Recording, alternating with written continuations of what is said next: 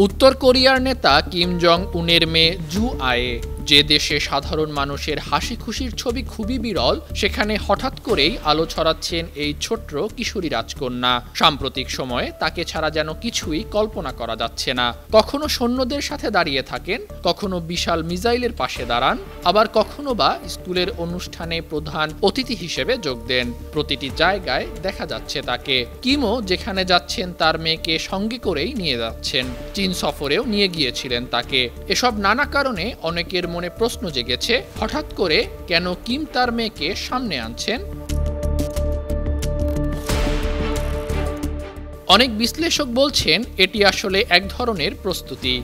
Kim Jong উন হয়তো বিশ্বকে জানাতে চাইছেন, দেখো আমার উত্তরসূরি এসে গেছে। অর্থাৎ উত্তর কোরিয়ার ক্ষমতার সিংহাসনে ভবিষ্যৎ প্রজন্ম তৈরি।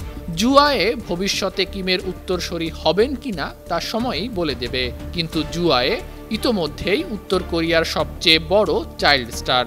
হলিউড না হলেও উত্তর কোরিয়ার প্রচার মাধ্যম যেন এখন কিম কন্যা ১৩ বছর বয়সী জু আয়েকেই বানিয়েছে লাল গালিচার কেন্দ্রবিন্দু।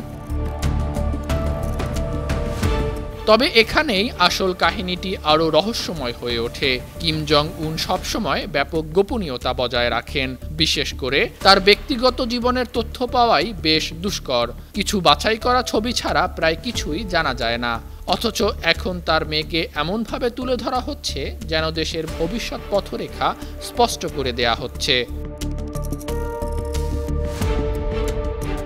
আন্তর্জাতিক ডেস্ক, বার্ন টিভি।